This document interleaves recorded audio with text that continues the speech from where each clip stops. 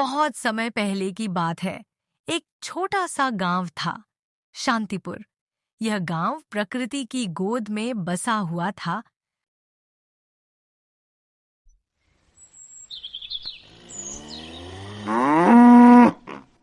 हरे भरे खेत, बहती नदी और एक पुराना मंदिर जहां हर शाम घंटियां बजती थीं।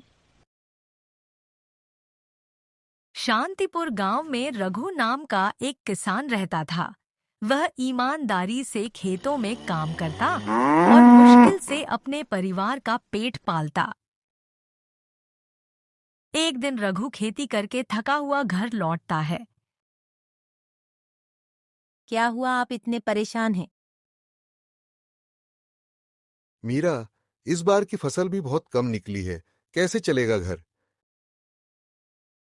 आप चिंता मत कीजिए, जब तक मेहनत है भगवान रास्ता जरूर निकालेगा।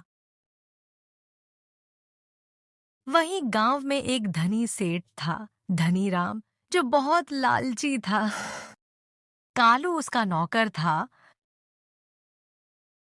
वह हमेशा दूसरों की जमीन हड़पने और ज्यादा पैसा कमाने के चक्कर में है रहता था। काका, काल फिर से आऊंगा। तुम जमीन का कागज दे देना, नहीं तो तुम्हारा जीना मुश्किल कर दूंगा। धनीराम घमंड से कालू को बोलता है। इस गांव में असली राजा तो मैं हूँ। पैसे से सब कुछ खरीदा जा सकता है।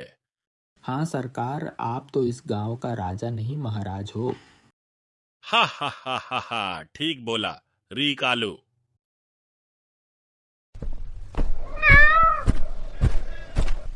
एक दिन गांव में एक बूढ़े साधु बाबा आए, बाबा भवानी। बाबा मंदिर के बाहर बैठे और गांव वालों से बोले, हे गांव वासियों, मैं आया हूं तुम लोगों की परीक्षा लेने। देखना है कि इस गांव में कितना प्रेम, त्याग और सच्चाई बची है। मैं हर दिन एक एक का घर जाऊंगा और हर किसी का घर में एक दिन रहूंगा। जो कोई भी मुझे सच्चे मन से भोजन कराएगा, मैं उसे एक जादुई वरदान दूंगा। गांव वाले चौंक गए, लेकिन बाबा को देखकर सब उनका आदर करने लगे। मैं पहले गांव का सबसे आमिर आदमी धनी राम के घर जाऊंगा। ये बात सुनकर धनीराम मन ही मन में खुश हो जाता है। अरे बाबा तो पहले मेरे घर आने के लिए तय किए, यानी जादुई वरदान शायद मुझे ही मिलेगा। हा हा हा हा हा। बाबा सेठ धनीराम के घर गए और उन्होंने कहा, मुझे एक रात के लिए तुम्हारे घर में रुकने दो, लेकिन बिना किसी भोजन किए रुकेंगे। मैं उपवास कर रहा हूं। सेठ ने उन्हें अंदर तो बुला लिया, लेकिन मन में सोचा, बिना खाए रुकेगा तो खर्चा भी नहीं होगा। अच्छा है, और वरदान भी मुफ्त में प्राप्त होगा।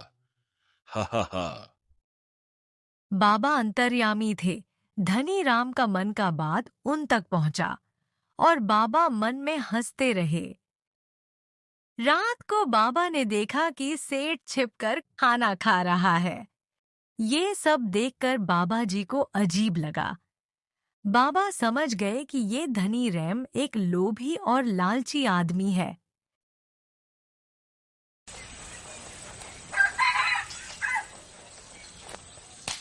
सुबह बाबा ने बिना कुछ कहे धनीराम का घर छोड़ दिया।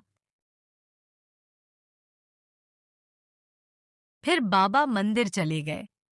वो सोचने लगे, आज तो एक धनवान का अतिथि सत्कार देख कर आए। कल रात को एक गरीब के घर जाएंगे और उनका परीक्षा लेंगे। रघु खेत से थका हारा घर लौटता है। तभी बाबा जी रघु के घर आते हैं। प्रणाम बाबा, आप जैसे महान संत हमारे जैसे गरीब के घर पधारे, हम धन्य हो गए। मुझे एक रात के लिए तुम्हारे घर में रुकने दो बेटा। ये तो मेरा भाग्य है बाबा। मुझे आपकी सेवा करने का मौका मिला। आप घर में प्रवेश कीजिए बाबा।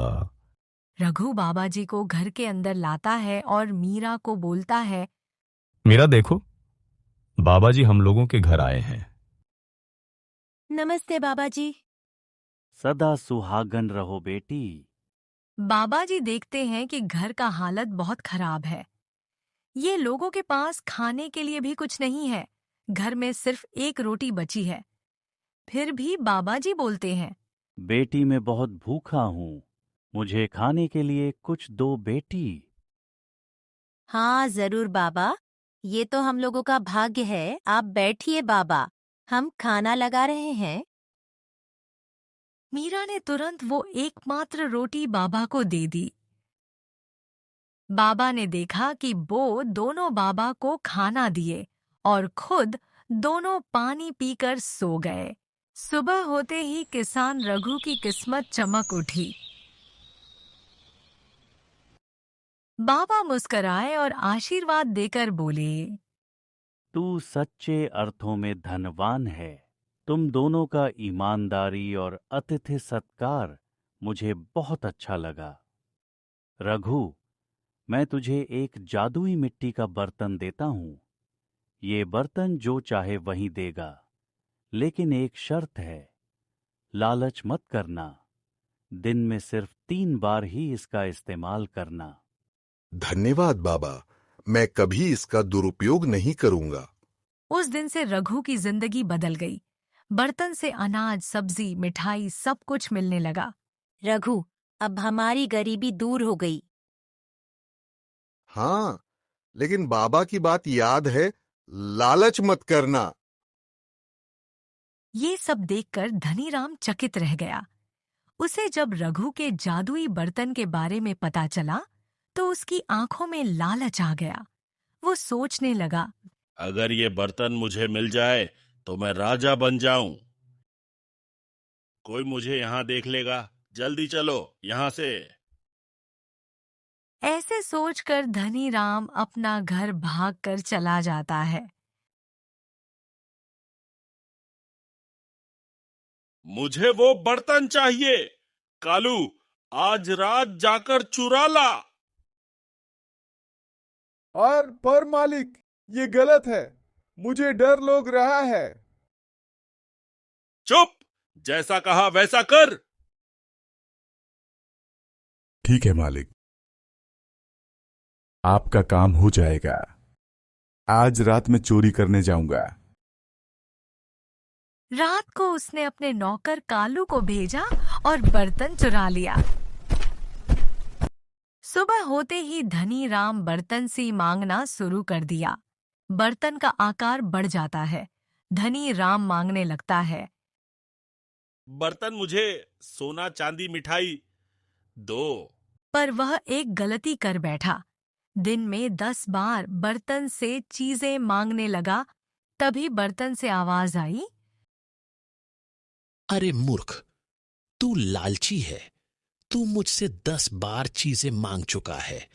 अब तू परिणाम भुगत। अचानक बर्तन से आग, धुआं और बिच्छू निकलने लगे। सोना पिघलने लगा।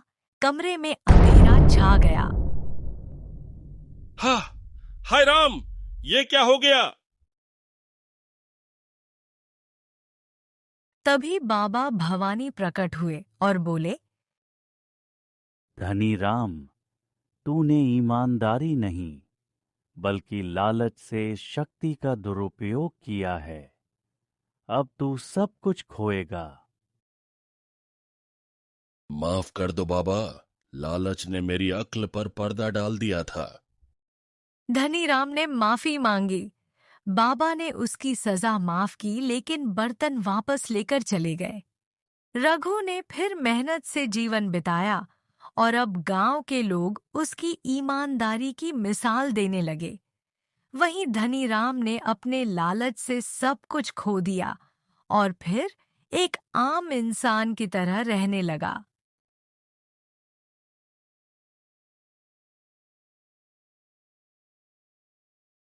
तो बच्चों, ये कहानी से हम लोगों को यह शिक्षा मिलती है कि लालच बुरी बला है। जो हमारे पास है, अगर उससे संतुष्ट रहें तो जीवन सुखी होता है, लेकिन लालच करने से हम अपनी अच्छाइयों को खो देते हैं। अगर आप लोगों को हमारे वीडियो पसंद आया है तो please like share and subscribe to our channel